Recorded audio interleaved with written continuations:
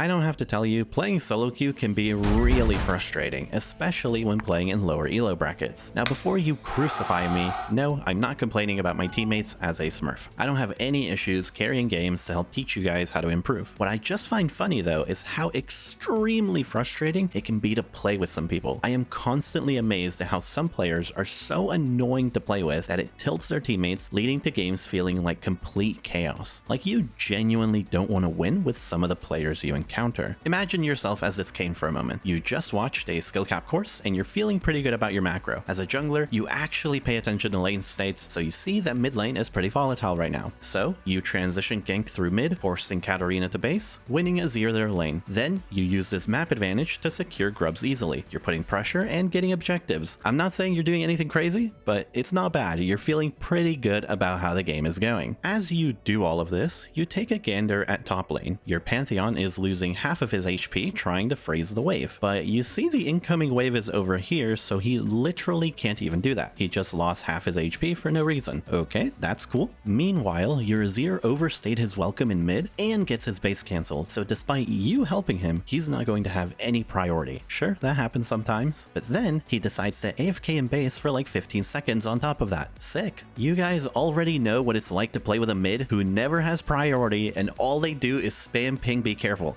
Guys, she's prio, don't die to her, please don't die, bro, please. As Kayn, you've done everything right, but because both your solo laners are completely griefing, you're supposed to just quietly give up your blue. Honestly, I don't blame Kayn here. I would probably die for this blue as well. But hey, they're silver, right? They couldn't have known any better. Cut them some slack, right? Yeah, well, I guess diamond players do sometimes look like they're in silver. That's probably the most annoying thing about solo queue. It's not that Pantheon or Azir did something so terribly bad that you can't carry them, like feeding their lane opponent 5 times. But what the hell? Why are they randomly trolling like that? Some players are just super frustrating to play with, like supports that randomly try to mess up your wave as an ADC. Maryumi's just hitting the wave, and right now the wave is super volatile. Like if I ever see a Yumi ping like hitting the wave like that, I would be furious. And that's what this guide is going to be about. We're going to cover some of the most frustrating things that people do that causes your teammates to run it down, like this Master Yi. By the way, I'm completely on Yi's side here. You'll see why later. And 2, I'm going to cover some tips on how to deal with some of those frustrating teammates so you don't fly off the handle like Kayn did here. By the way, every clip in this video is going to be at basically a diamond level. I don't want you guys thinking I'm picking on pure noobs. Everyone in this video should have a decent understanding of the game and shouldn't be annoying their teammates this much. And if you truly want to learn how to carry bad teammates like these and finally escape low elo, then you need our brand new Season 14 multi-chapter courses teaching you how to carry as a top laner, jungler, mid laner, and AD carry. Pair that with our other new courses on how to counter OP top and mid laners, master your jungle clears, or check out our new Bronze to Diamond series. It doesn't stop there. We have new Season 14 courses on macro, wave control, trading, setting in hotkeys, CSing, vision, mechanics, low elo mistakes, and the list goes on. Then head on over to our Smurf commentaries. Select your champion to watch live commentaries from challenger experts teaching you how to carry out of the exact rank that you're stuck in. You can even select me, Hector, from the drop down as I release 5 brand new commentaries every single week, where I have to answer any questions that you might have. You can try all of this out completely risk-free, since if you don't rank up while actively using skill capped, you get your money back, no questions asked. You can unlock all of this through the discount, which you can only get from the link below. So what are you waiting for? Click the link in the description below to get the rank you've always wanted. Alright, back to the video. Now, out of all of the time I've spent reviewing low elo and playing in it, I can confidently say the most annoying thing people do to troll their teammates is being an objective focused player. I would rather have a Yasuo that goes 0-10, dies to every gank, and then side lanes the whole game, than to have a teammate who wants to play for objectives, as they like to say. It is the same thing every single game, and I feel bad for the players who fall for their little shenanigans. Take a look at this Janna. She's one of these objective players I dislike so much. She casually pings Dragon to remind her teammates that they should try to secure it, and less than a minute later, she, her jungler, and Jinx are all dead and the game is over, all because of a couple of harmless pings. Before reviewing how that all went wrong, let me break down what I mean by hating objective players. I do not blame the player base here. I blame years and years of the same regurgitated crap advice rotting people's minds lines around objectives. Guys, you need to stop playing for kills. This is how challengers actually carry games. Kills don't win games, it's actually the objectives, because the objectives are a team-wide buff that slowly accelerate the game and then you end blah, blah, blah.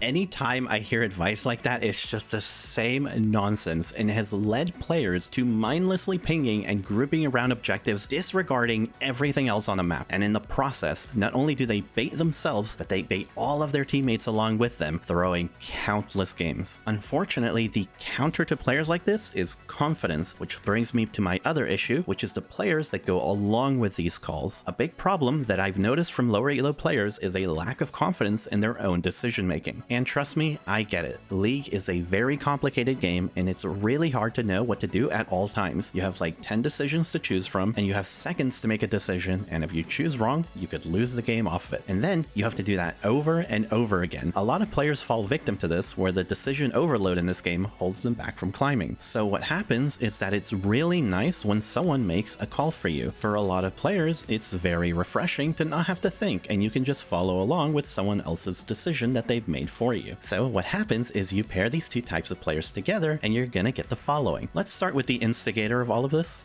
Janna. Watch her carefully. Being the objective-minded player that she is, Janna walks back in the lane, presses tab, and pings Dragon 3 times. Okay, let me break down why this makes me so angry for her teammates. First, right now with basic wave knowledge, again this is diamond replays, you should know that the enemy Ezreal and Lulu are favored here. Because the wave is closer to their side of the lane, it's easy for them to have wave control, so they're the ones who are about to build a slow push and have priority. So instead of fighting for priority and actually trying to play for Dragon, she just wants to ping it mindlessly. And by walking so far back for no reason, Jinx can't do anything either. It's not like she can walk up alone. This is what I hate about players who care about objective. They don't try to make the call good, they just want you to do it. They remind me of those little kids whining in the store, "What, Daddy, I want Dragon, what, please, what?" And Echo, being the overindulgent parent that he is going to follow along. When someone pings something in your games, don't blindly listen to them. Again, have some confidence. Echo should take a moment and look at the map. Okay, mid lane looks a little volatile, maybe a gank is needed there before I go to Dragon. Also, bot lane doesn't even have control over the wave, probably not going to get any help from them, but no, we're just going to blindly listen to every call, of course. As he starts it, he pings for help, and what's funny is that the roles are going to reverse now. Junglers have this habit of pinging for assistance whenever they do an objective, even if they can solo it. This is a really good example. I'm the Thresh, and as I walk by Dragon, my Udyr starts spam pinging me to help him do it, but I'm Thresh, I don't do any DPS to it, so a better use of my time would be to gank mid lane or something.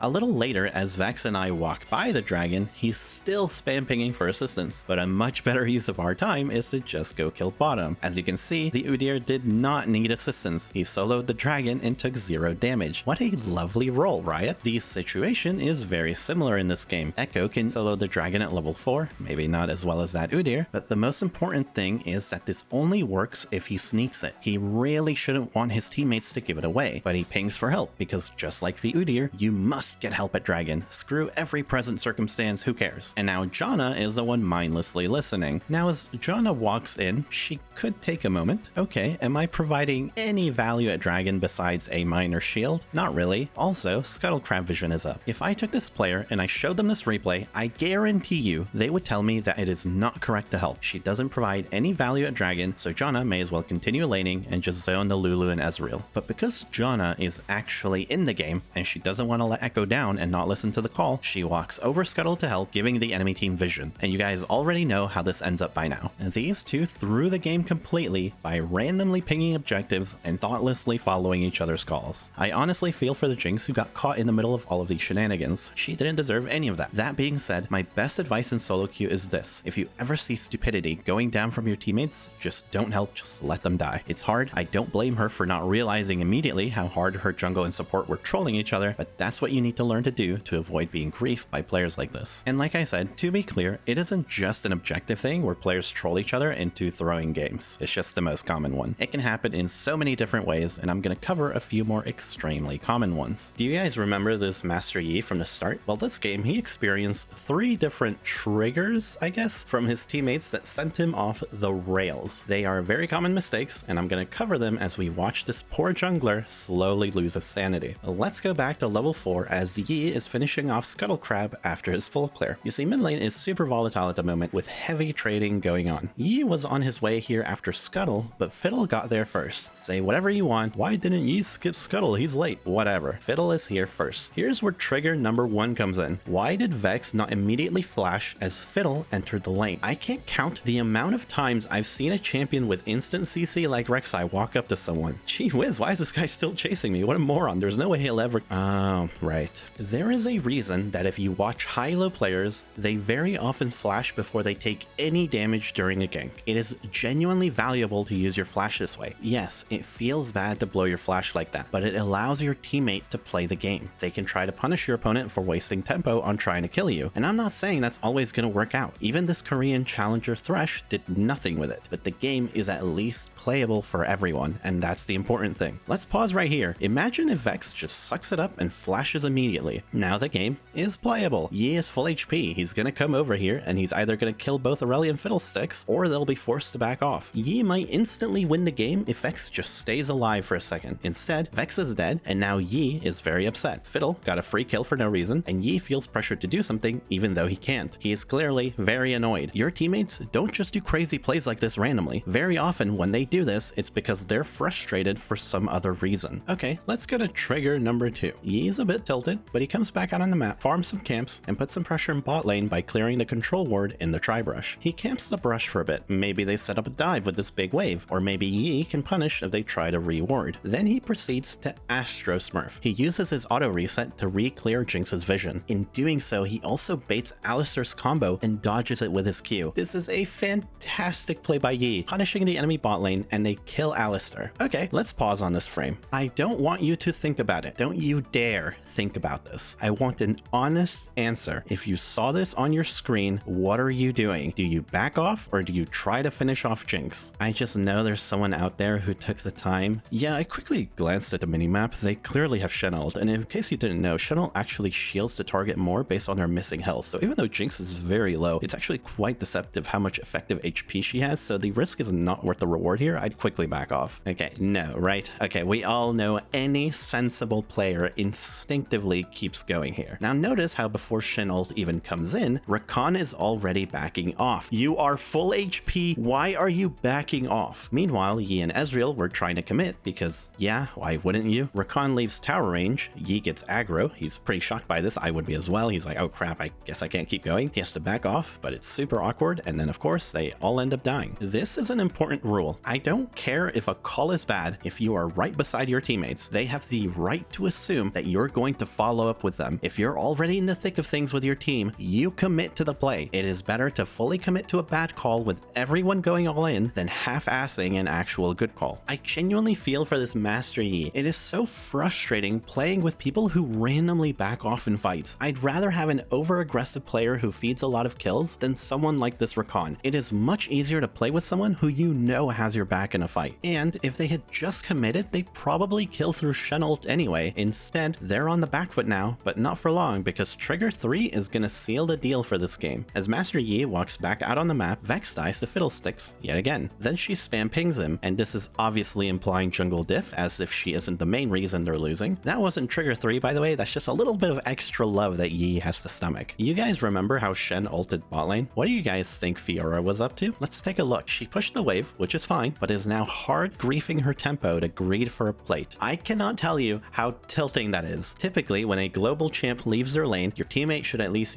do something by being alone in the lane. Instead, Shen is going to continue to have priority over her. That's just great, isn't it? This means that Yi can't contest anything. He can't fight for these grubs because his Fiora is low HP and 0 mana. This is the third lesson. At Skillcapped, we tell you to treat League like a single player game. You should focus on yourself, don't rely on teammates, play to feed yourself, etc. That doesn't mean that you become a terrible teammate though. You do have to actually work with your team. The way to view solo queue is that a bunch of random things are going to happen across the map all the time. You have no idea what's coming, but you need to be ready for it. This means that having priority and being ready to join all these random encounters is very important. The more uptime you have to help those random encounters, the more likely it is that you win that game. So you can't control what will happen, but you can control how often you can react to the randomness. As Fiora, doing this is really annoying for your teammates. It means that Yi can't do anything on the top side of the map until she bases. Not having a top laner for this long is not fun. You cannot expect your teammate to keep their cool when they're not allowed to play the game for this long. You just can't. Of course Master Yi is going to run in here. And to top it off, let's go back to Rakan's point of view. When he spawns, Rakan sees this massive wave crashing in bot, which means it's going to bounce back into his ADC. This means he can roam. By the way, this is the most fundamental of fundamentals for support. A diamond support should know this. I'm not flaming a low elo player here. Why is he going bottom? Unless you need to protect your ADC from a dive, why is he autopilot going bottom? This comes up because the Master Yi actually outplayed the grub fight. He got one of the grubs and was about to get out. But here comes Alistar and Rakan's nowhere to be found. That's just awesome. So you guys can see how I said early on into the video how I kind of side with Master Yi here. That was super frustrating. It doesn't excuse him running it down, but it is quite understandable. Of course, if you're actually the Master Yi, you wouldn't want to react the way he did. This isn't how you climb, obviously. Going one by one at the mid lane play after watching Vex die, Master Yi should just take a breath. Okay,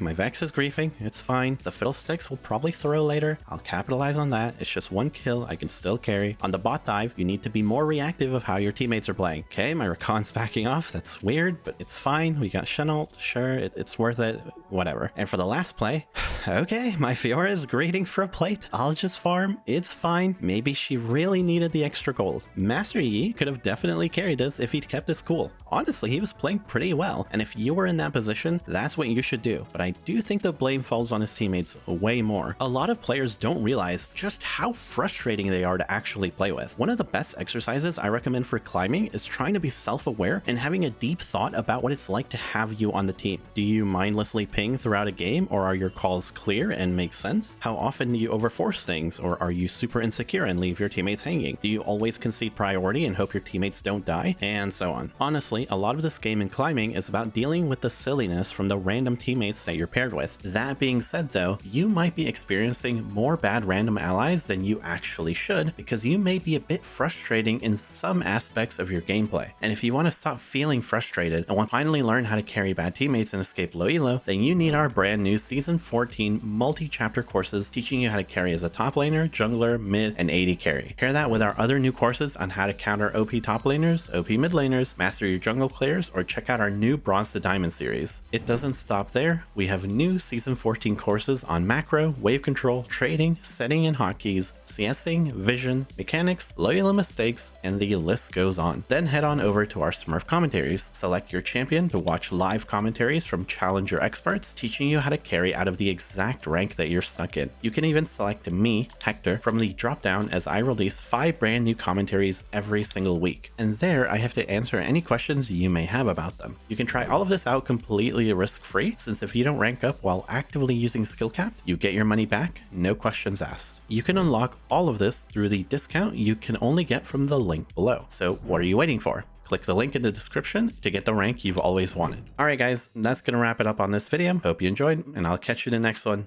Peace.